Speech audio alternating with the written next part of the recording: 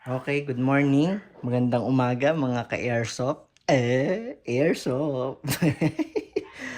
So makikita nyo dito sa video na to, merong nakalagay ako dito ng isang red dot sight. Ayan. Isa siyang RMR na 3G-Con. Unfortunately kanina, nung kinakabit ko siya, nag-shutdown yung camera ko. So, hindi nag-save yung file. So, hindi ko na mapapakita sa inyo kung paano ko siya naikabit. So, i-demo ko na lang kung paano ko ba siya naikabit. So, i-open muna natin tong slide nitong Glock 34 natin.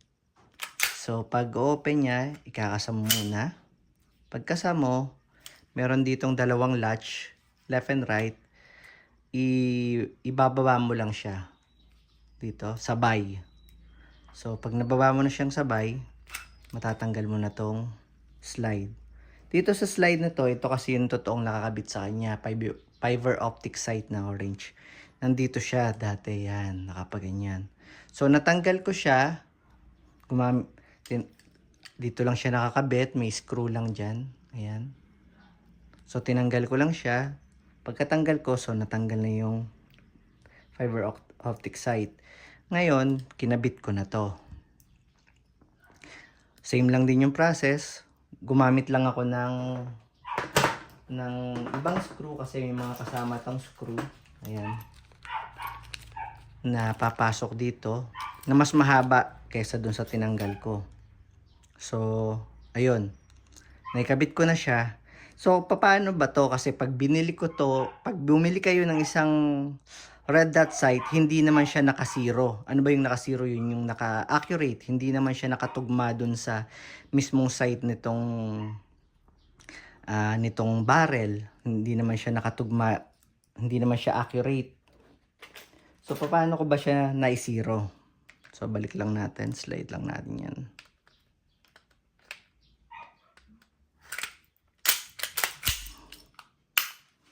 So, makikita nyo, ayan, pag pinindot ko to, nakikita nyo may red dot sight dyan, ayan.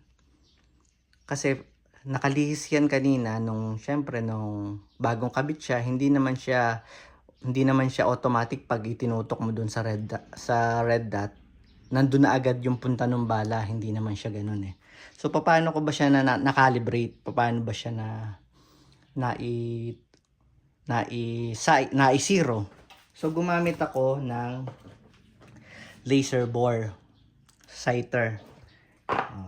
Yung laser bore sighter natin, bali, ganito siya.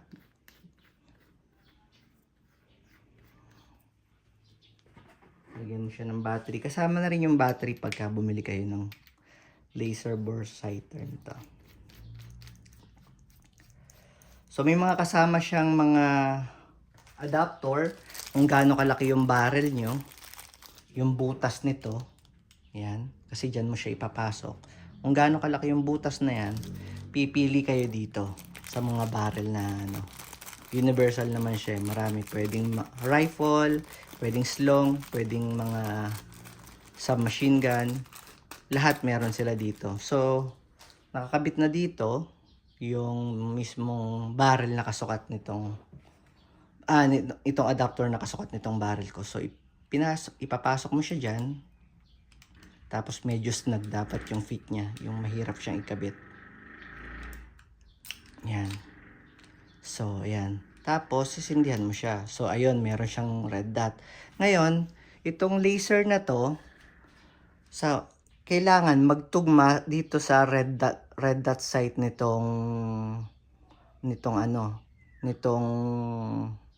optics. Kailangan mapatungan niya yung red dot sight na yan. Kasi makikita nyo yan kung nakalihis yung sight nito, yung red dot nito, dito sa laser na to. Makikita nyo, kung tawagin ito yung point of impact. Diyan pupunta kasi nga ito yung mismong barrel niya. Dito, nakasunod siya doon. Doon mismo yung trajectory ng BB natin. So, kailangan mo lang, ito kasi yung pinaka fastest at saka effective way kung paano mo siya isi-zero. So, paano ba siya ma-adjust? Pag bumili kayo nung red dot sight, may kasama siyang ganito, para siyang susi.